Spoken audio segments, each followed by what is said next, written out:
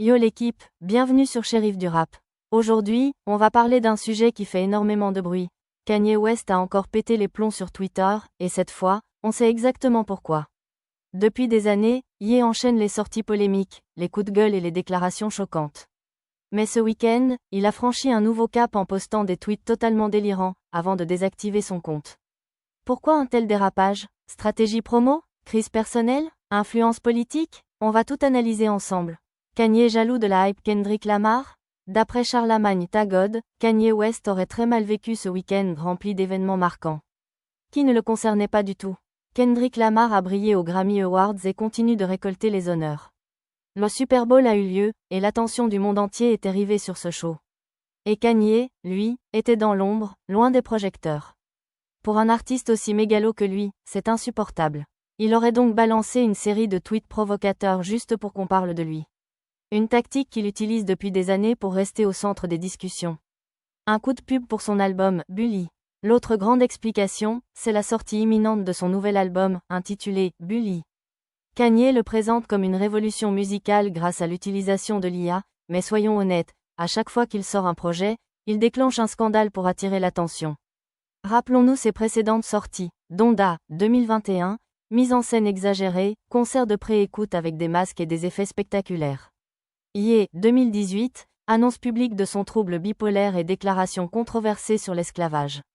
The Life of Pablo, 2016, déclaration sur Taylor Swift, conflit avec Wiz Khalifa. Le schéma est toujours le même, il crée le chaos, puis balance son projet. Mais ce qui est frappant, c'est que plus les années passent, plus ses provocations deviennent extrêmes.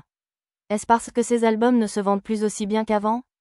Possible. Dans les années The College Dropout ou Graduation, Kanye n'avait pas besoin d'insulter la terre entière pour cartonner. Mais aujourd'hui, il joue le rôle du bad guy à fond pour exister dans l'industrie musicale. Kanye influencé par la politique américaine? Un autre point inquiétant, c'est que Kanye West ne se contente plus de simples provocations musicales. Il a tenu des propos racistes, antisémites et pornographiques, avant de désactiver son compte. Et ce n'est pas un hasard. Car aux États-Unis, ces discours choquants sont de plus en plus acceptés.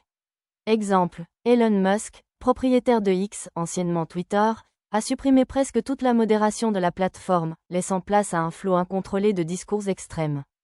Kanye en profite donc pour pousser ses idées encore plus loin, sachant que plus il choque, plus il fait parler de lui. D'ailleurs, cette attitude pourrait bien lui coûter cher.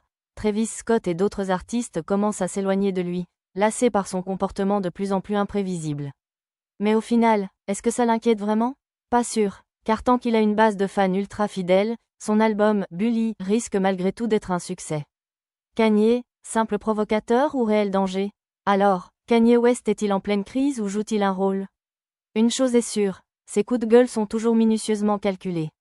Mais cette fois-ci, il semble être allé encore plus loin que d'habitude. Vous en pensez quoi? Est-ce juste un coup de pub pour son album?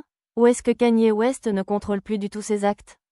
Dites-moi tout en commentaire. Et comme d'hab, si vous avez kiffé la vidéo, lâchez un like, abonnez-vous à Shérif du Rap, et activez la cloche pour ne rien rater des prochaines actus du game. On se retrouve très bientôt pour encore plus de news. Peace.